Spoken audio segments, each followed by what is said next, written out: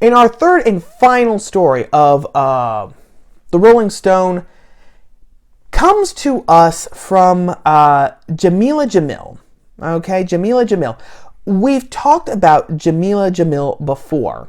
A couple of months ago, I did a whole video where I talked about her and Gloria Steinem talking about how abortion, is necessary for democracy, that democracy cannot exist without abortion. And if you want to actually watch that video, you can click right there, actually, and watch that there. I did that video back in December. Well, Jameela Jamil is in the news again because Variety reported that Jamil would serve as the master, or would it be mistress? I don't know. MC, we'll just say, and judge on Legendary, which is a show about ball culture, okay? Which is an LGBTQIA2+ subculture in which people compete at events known as balls, okay? I'm quoting from Business Insider, and they give the whole history of, ball culture, etc. And anyway, Variety said that Jameela Jamil was going to be the master of ceremonies and a judge at this reality TV show that is all about ball culture, that subset of the LGBTQIA culture. And a lot of people immediately became upset with Jameela Jamil.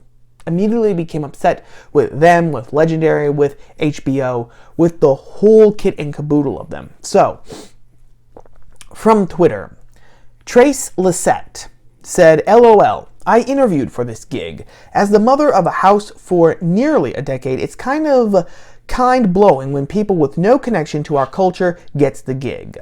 Okay?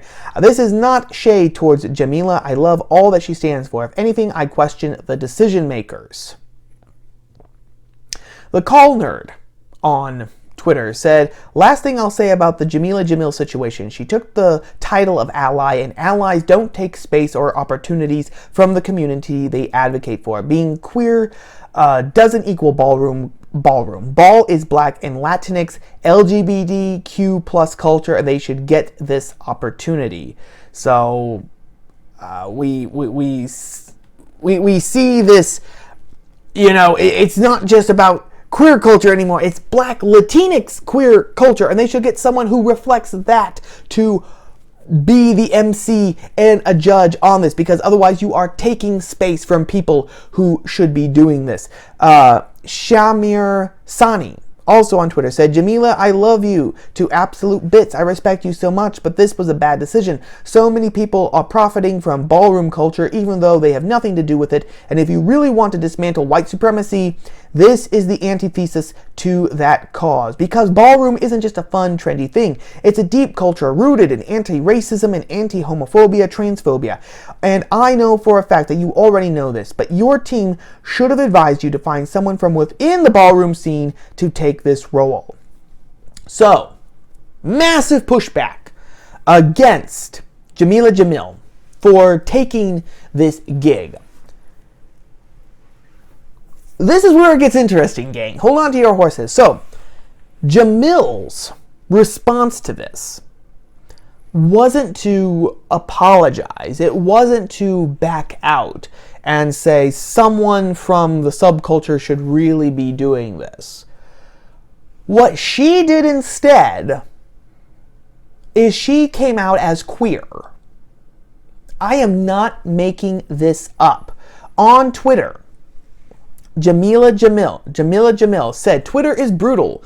This is why I never officially came out as queer. I added a rainbow to my name when I felt ready a few years ago, as it's not easy within the South Asian community to be accepted, and I always answered honestly, if ever straight up asked about it on Twitter. But I kept it low because I was scared of the pain of being accused of performative bandwagon jumping over something that caused me a lot of confusion, fear, and turmoil when I was a kid. She also said that she hadn't publicly come out because, for an actress in her 30s, she was really scared about what would happen to her if she came out as queer, as an actress in her 30s. Okay, just a couple of things off the bat, okay? First off, and here's the big thing, my spider sense is really, really tingling on this one, gang. Really tingling, because coming out as queer, as an actress,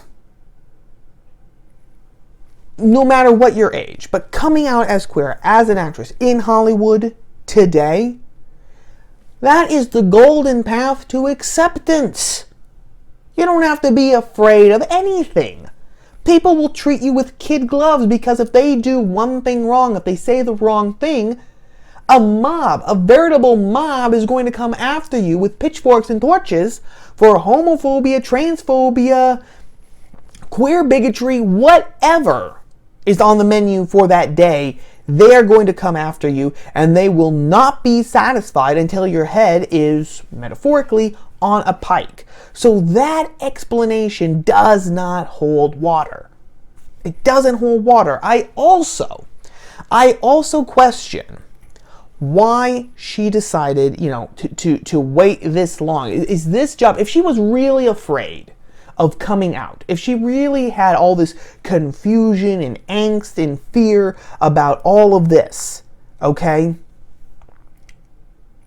why is this job so important that she's willing to basically come out, right? If she really was afraid and anxious and conflicted about this because she comes from South Asia, like she said, because she was afraid, I'm as an actress in my 30s and coming out. If all of that was actually true, why would this be the hill to die on? Why would this gig as the MC and a judge on this reality TV show about ball culture, a subculture of the LGBTQIA2+ community culture, why would that be so important? Why would that be worth it?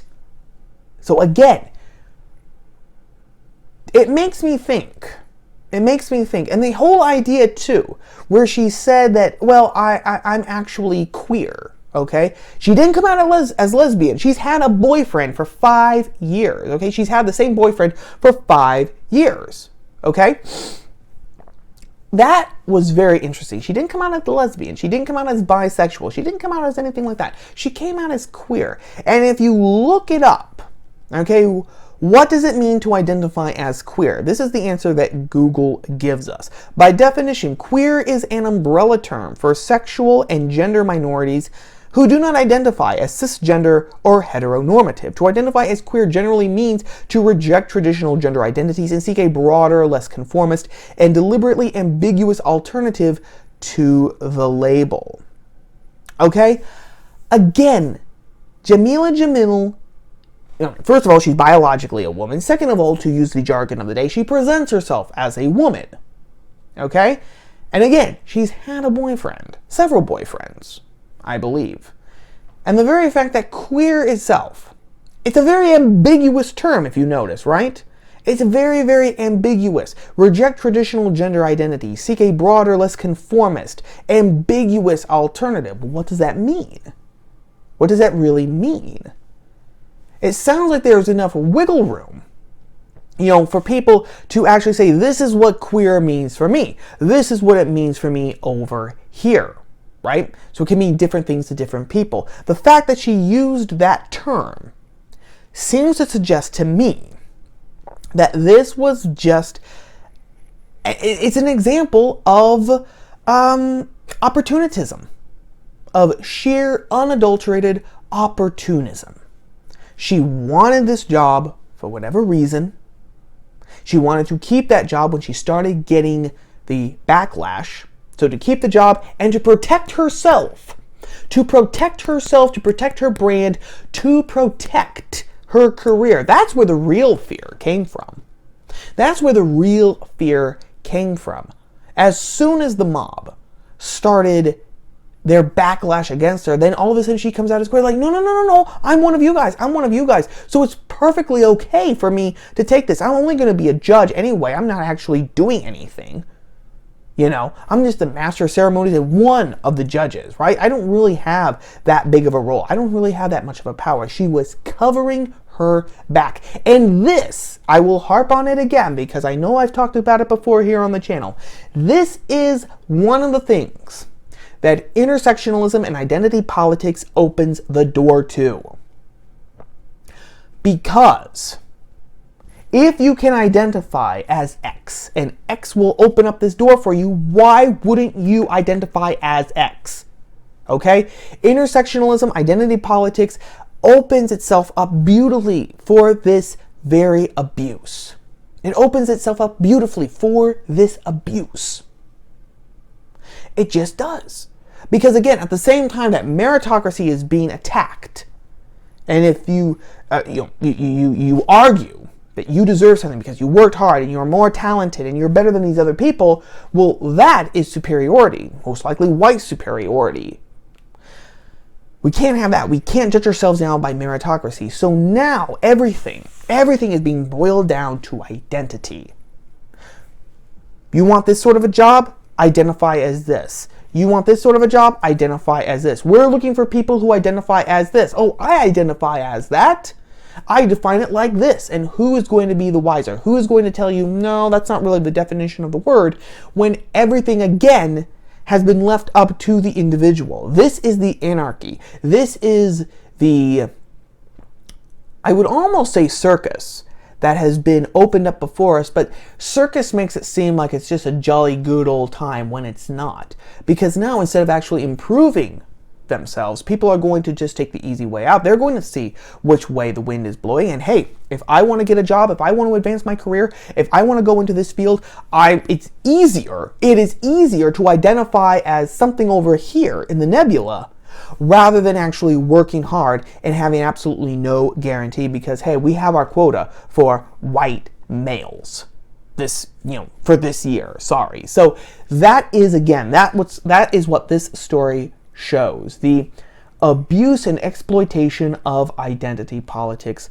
for your own benefit. And again, because it's self-referential, no one is going to be able to point to Jameela Jamil. No one would be able to point to anyone and say, I think you lied here. I think you cheated. I think that you just did this to keep your job and to protect yourself from the mob. You don't know. You don't know. It is completely self-referential. All it depends on is someone saying, I am X. It can't be proven or disproven, which should be something that is grounds for suspicion right away. But anyway, gang, I've talked for too long, as usual. Had to make up for last week when all the videos were under 20 minutes. So I'm going to wrap things up right there. Hope you have a great weekend, and I will see you all on Tuesday. Ciao, guys.